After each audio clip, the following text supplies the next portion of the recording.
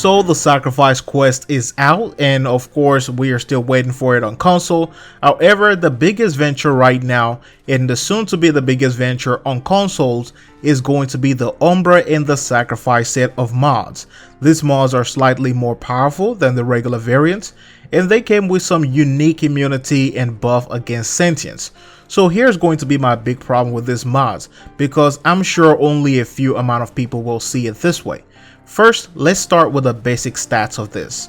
These mods are not extravagant, except for the fact that your warframe and your weapons can become more powerful when you combine them with other mods. The problem with this is the fact that DE makes so many changes whenever a player or group of players tend to use a particular strategy or a particular build to make things easier within the game.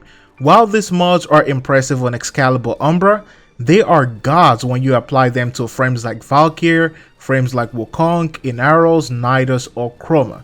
These mods will slightly roll back some of the changes that DE has made to some of these frames in the latest reworks. This, in my opinion, will lead to DE possibly making another change, making another nerf, making another rework, which may in one way or the other be a bad thing for the community.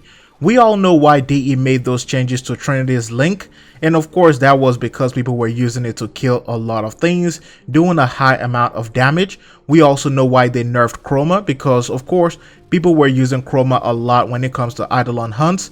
Nidus survivability was nerfed as well due to his godlike nature in extended runs. So I could go on with this, but you guys get the point. You know why DE has nerfed a lot of these warframes and some of these weapons in the game. Now the second part is going to be about the sentient stats on the Umbra and the Sacrifice mods. It is something that I will assume should be a passive to all warframes, since this is how it worked within the lore of Warframe.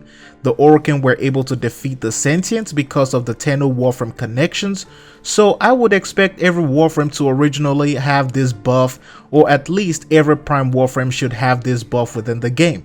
And if that's not the case, it should have been a part of the passive for Excalibur Umbra or any other Umbra Warframe that will be introduced in the future. As much as I love what these mods brought to the table in survivability and the damage potential, I hate that it might lead to a future of nerfs and reworks. While some issues were inevitable when it comes to the game, other issues were self-imposed by DE. If DE didn't create Maiming Strike in the first place, then there wouldn't be a spin to win dilemma. The same thing goes for the Telos Boltus and people spinning around. The same thing goes for capturing in other assets within the game, and the list even goes on. I, at this point, see this as a desperate attempt to reinflate the Warframe market. As much as I love the company, I would rather they give us Prime Vitality and the Sentient Immunity as a passive instead of a whole new set of mods that we don't have any space to put them. This is the same way I feel about the Universal Vacuum situation and some other Syndicate mods like Rift Torrent, which should have been a passive to begin with. And that is just how I feel as of this moment. And if DE will give us these new mods, then at least they should give us 2 extra mod slots so we can have that one for Syndicate Augment and one for the said mod, at least, just so we can have enough space to put these mods. Now I like to bring these things up because only few people within the community will address this. This is what makes the game better, people being able to talk about things like this.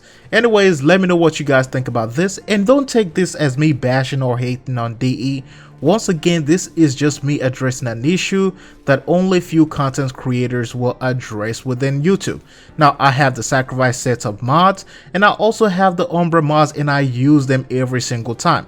It seems to be a big deal right now, and I don't think adding more mod is a way to add diversity to the builds within the game.